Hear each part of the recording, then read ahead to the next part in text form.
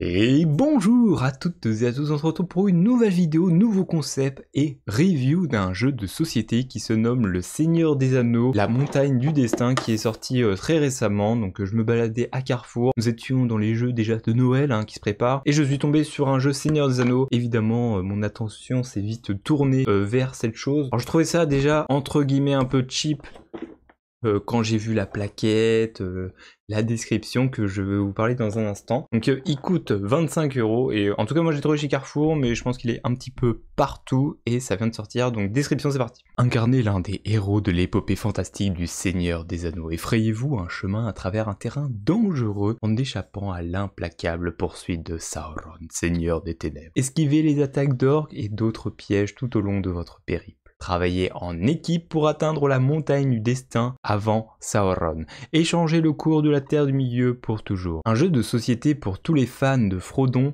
et sa quête jusqu'à la montagne du destin et tous les incolabres des œuvres de Tolkien. Donc ça c'était la description. Bon, dans cette vidéo je vais peut-être être un petit peu cru, ça va être une vidéo qui sera courte, mais au moins c'est mon avis sur le jeu de société. Donc déjà je trouve que le packaging fait très cheap, on est resté vraiment sur les packaging ils ont fait à la sortie des films, ils n'ont pas bougé. Au niveau des cartes, des petits personnages, des petits tuiles d'informations, etc. C'est effectivement aussi très cheap, il n'y a pas vraiment de détails, de références vraiment au lore, il n'y a aucun lore en fait dans le truc, à part le fait que... Non, il n'y a vraiment aucun lore, vraiment, il n'y en a aucun, c'est-à-dire que, je vous explique, il y a juste Sauron qui est du coup sur une image placardée sur un carton, vous avez 4 personnages, donc vous avez Frodon, Aragorn, Legolas ou Gimli, vous pouvez jouer juste à 4 et il n'y a pas d'autres personnages, potentiellement vous pouvez en rajouter un et du coup voilà, ça vous rajoute un 5e joueur, mais c'est pas pensé pour entre guillemets, mais vous pouvez, je pense pas que ça pose de problème, car on va revenir sur les règles juste après. Donc ils doivent avancer jusqu'à la montagne du destin. Si Sauron arrive avant la communauté de l'anneau, la communauté de l'anneau perd, elle est ensemble, et si vous arrivez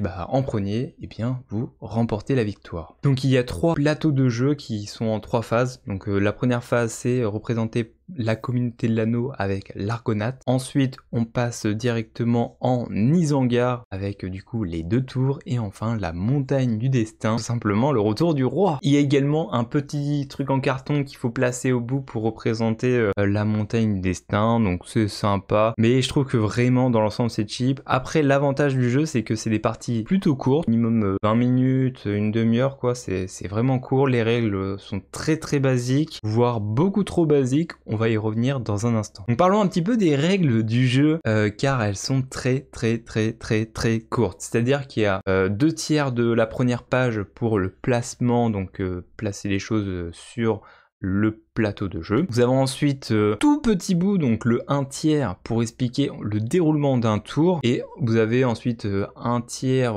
enfin on va dire la moitié pour expliquer juste la phase de combat, et enfin les différentes cartes et leurs attributs. Et en gros, pour faire très simple, vous avez un nombre de cartes au début de la partie, et vous allez devoir la défausser, enfin défausser un nombre X de cartes, c'est-à-dire que si j'ai envie de défausser 3 cartes, eh bien j'avancerai de 3. Et une fois que j'ai avancé de 3, il faut que je retourne un badge, et là ce n'est pas du tout expliqué dans les règles, mais en gros il y a 3 symboles sur du coup le petit badge. Il y a un effet combat, donc ça oui il est indiqué un petit peu, donc ça veut dire que tu dois piocher une carte combat et du coup faire les actions dessus. Soit il y a 2 trucs de combat, du coup tu as 2 combats, soit tu as un anneau et c'est même pas expliqué, et en gros l'anneau il se passe rien, t'es tranquille, t'es safe. Et il y a aussi un autre symbole où il y a Sauron mis dessus, donc de différentes couleurs en fonction du plateau, et pareil ce n'est pas indiqué. Alors nous on a mis en place la règle de si on a Sauron, et Sauron il avance de 1, etc.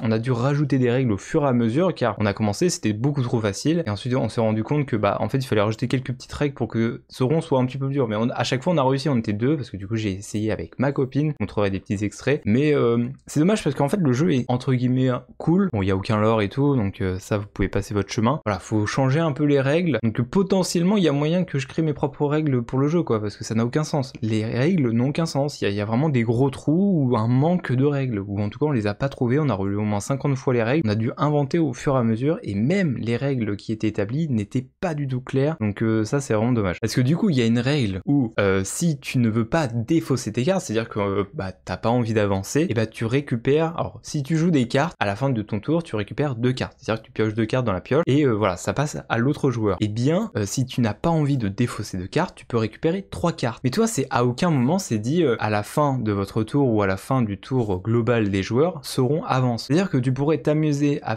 récupérer 3 cartes. Ton allié, bah du coup ma copine, elle récupère 3 cartes. Moi je récupère 3 cartes. Elle récupère 3 cartes. Moi je récupère 3 cartes.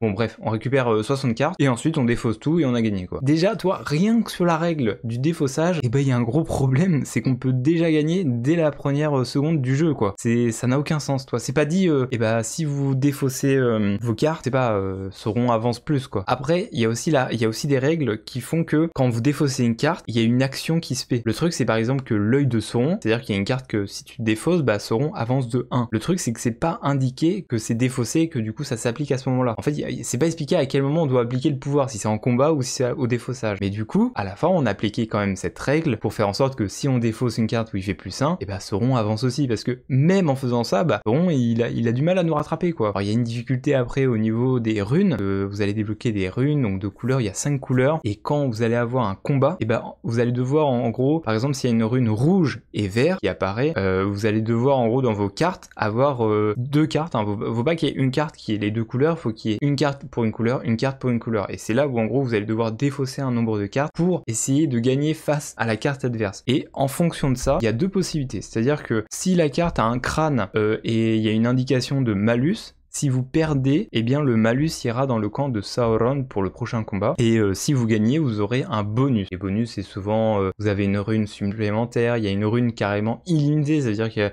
y a une carte que vous pouvez réutiliser à chaque fois et la reprendre. Vous pouvez même pas la défausser, enfin c'est génial. Et du côté de Sauron, bah, c'est souvent des trucs où il avance, où il va te mettre des runes, enfin c'est très basique au niveau des règles, mais je trouve qu'elles sont hyper mal expliquées. Plus si on perd le combat, et bien Sauron dans tous les cas avance de 2 cases, donc il y a toujours moyen de perdre, mais en fait plus on est nombreux, il y a moyen de se passer les cartes. Il y a une carte en fait qui peut se passer à ton allié, donc ça peut être pas mal. Il y a une carte aussi Gandalf qui permet grosso modo d'empêcher que Sauron avance durant un tour d'un joueur, et Gollum qui fait en sorte que Sauron avance x2 de déplacement qui devrait se faire durant le tour. Donc c'est très très rapide, et du coup remporter la partie, c'est marqué si un personnage atteint la montagne du destin avant Sauron, vous avez gagné. Si Sauron atteint la montagne en premier, tous les joueurs ont perdu. Bonne chance, le sort de la terre du milieu est entre vos mains. Voilà. Et bah écoutez, cette review je pense est terminée.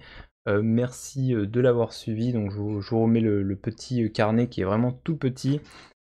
Pour 25 € pour moi c'est une giga arnaque, c'est vraiment prendre les fans pour des pigeons, parce que bon déjà les règles sont pas fignolées, bon c'est bien, le jeu est en français, c'est déjà ça, mais c'est très cheap, mais ça reste quand même assez fun si on crée ses propres règles. Au moins on va dire qu'on a la libre liberté de pouvoir créer ses propres règles, donc ça reste quand même un minimum intéressant. En tout cas, bah, n'hésitez pas à me dire dans les commentaires déjà si vous l'avez acheté et si vous l'avez joué. Si vous avez d'autres questions, je peux vous répondre. Si vous avez envie de l'acheter, soit vous attendez des promos, bah, soit vous foncez et ça vous donne vraiment envie. C'est à partir de 10 ans et plus, hein, je pense que vous pouvez même jouer des plus petits, hein. C'est vraiment un jeu qui est facile à prendre en main. Il faut juste bien expliquer les étapes. En fait, c'est plus savoir à quel moment tu fais les actions qui sont compliquées à discerner, je trouve, dans les règles, mais sinon dans l'ensemble ça va encore. Je trouve qu'il est plus abordable qu'un jeu La Guerre de l'Anneau où tu mets 3 heures à comprendre les règles et au final tu joues même pas. Là au moins en 5-10 minutes, voilà, tu lances et tu joues. Au moins toi sur ce point là il est rapide à mettre en place et il peut être amélioré. Par exemple les figurines, bah tu les prends sur un autre plateau, ou pire tu prends tes pop, voilà, tu prends tes pop et ça te fait des figurines. C'est ça qui est bien avec ce jeu. En fait je trouve que ce jeu il a une bonne base qui fait que après tu peux l'améliorer selon tes